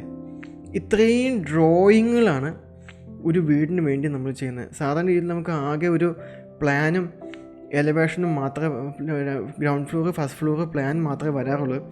അതിന് പകരമായിട്ട് നമ്മുടെ ഇത് ഫ്രണ്ടിലത്തെ സ്ലാബിൻ്റെ ഡ്രോയിങ് ആണ്, അതിലെ ലൈറ്റ്, ഗ്രൗണ്ട് ഫ്ലോറിലെ വയറിങ്ങിൻ്റെ ലേ ഔട്ടാണ്, അതുപോലെ പ്ലംബിങ് ലേ ഔട്ട് ഉണ്ട്, പിന്നെ ഫസ്റ്റ് ഫ്ലോറിലെ ലേ ഔട്ടുകളുണ്ട്. അങ്ങനെ തുടങ്ങി ഓരോ ഫേസിൻ്റെ ഫസ്റ്റ് ഫേസ്, സെക്കൻഡ് ഫേസ് എന്നൊക്കെ പറഞ്ഞ് 2-3 ഫേസസ് ഉണ്ട്. ഫേസ് 1, ഫേസ് 2 എന്നൊക്കെ പറഞ്ഞാൽ പല ലെവൽസ് ഉണ്ടാവും. അപ്പോൾ ഇതിനൊക്കെ നമ്മൾ എന്ത് കൊടുക്കുന്നുണ്ട്, പ്രത്യേകം ഡ്രോയിങ്സ് വരച്ച് ഇത് ചെരുവുകളുടെ ഹൈറ്റുകൾ തുടങ്ങിയുള്ള എല്ലാ കാര്യങ്ങളും ഡീറ്റെയിൽ ചെയ്ത് ഇത് ഫൗണ്ടേഷൻ പ്ലാൻസ് ആണ്. Set out plan, foundation plan, basement plan, belt plan, plinth beam plan, column plan, അങ്ങനെ എല്ലാത്തിനും ഡ്രോയിങ് സെപ്പറേറ്റ് ആയിട്ട് അങ്ങനെ ഒരു 100ഓളം ഡ്രോയിങ്ങൾ ചെറിയ വീടാണെങ്കിലും വലിയ വീടാണെങ്കിലും വരുന്നുണ്ട്. ഇതിനൊക്കെ ഇരിക്കണം, ഇതിനൊക്കെ സമയം ചിലവുണ്ട്. ഇത് ചെറിയ വീടിനും വലിയ വീടിനൊക്കെ ഓൾമോസ്റ്റ് സെയിം ആണ്. അതുകൊണ്ടാണ് ഈ 25% നമ്മൾ എടുക്കുന്നതും വലിയ വീടിനും 7% എടുക്കുന്നത്. ഞാൻ ആർത്തിയുള്ള ഒരാളായിരുന്നെങ്കിൽ വലിയ വീടിനും ഞാൻ 25% എടുത്തേനെ. പക്ഷേ എനിക്കൊരു കമ്പനി ഉണ്ട്, അതിൽ ഇത്രയും സ്റ്റാഫുകളുണ്ട്, ഇവരൊക്കെ മെയിൻറ്റെയിൻ ചെയ്യണം, ഇവർക്കൊക്കെ കുടുംബങ്ങളുണ്ട്. അപ്പോൾ ഒരു വലിയ കൂട്ടായ്മ ആയതുകൊണ്ട് മുന്നോട്ട് പോകാൻ വേണ്ടിയിട്ടാണ് ഒരു മാന്യമായിട്ടുള്ള, ഒട്ടും എക്സജറേറ്റഡ് എമൗണ്ട് വാങ്ങിക്കുന്നില്ല, വളരെ മാന്യമായിട്ടുള്ള ഡീസൻറ്റ് എമൗണ്ടേ വാങ്ങിക്കുന്നുള്ളൂ. എന്ന് പറഞ്ഞാൽ ഇത് എടുക്കുകയാണെങ്കിലും നിങ്ങൾക്ക് ലാഭമാണ്. കാരണം ഒരു ടേൺ കീ കോൺട്രാക്ടർ 40% വരെ മാന്യമായിട്ട് എടുക്കുന്ന